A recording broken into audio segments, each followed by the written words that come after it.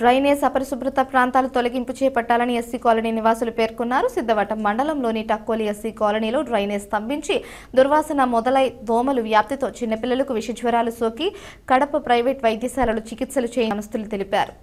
ఈ సందర్భంగా శనివారం భాస్కర్ మాట్లాడుతూ టక్కోలి ఎస్సీ కాలనీలో డ్రైనేజ్ పేరుకుపోయి దుర్వాసన మొదలైందని, దోమలు వ్యాప్తి చెందడంతో చిన్నపిల్లలకు విషజ్వరాలు సోకి కడప ప్రైవేట్ వైద్యశాలలో చికిత్సలు చేయించామని అధికారులు తక్షణమే స్పందించి స్తంభించిన డ్రైనేజ్ ని పూర్తిగా తొలగింపు చేయాలని తెలిపారు. గ్రామ పంచాయతీ సెక్రటరీ రామలింగారెడ్డి వివరణ కోరగా టక్కోలి ఎస్సీ కాలనీలో వర్షాల కారణంగా మురికి నీరు నిల్వ అయ్యాయని, పూర్తిగా తొలగింపు చేపట్టి దోమల నివారణ కొరకై అబిట్ బ్లీచింగ్ అధికారి చేసి గట్టి చర్యలు తీసుకుంటామని తెలిపారు.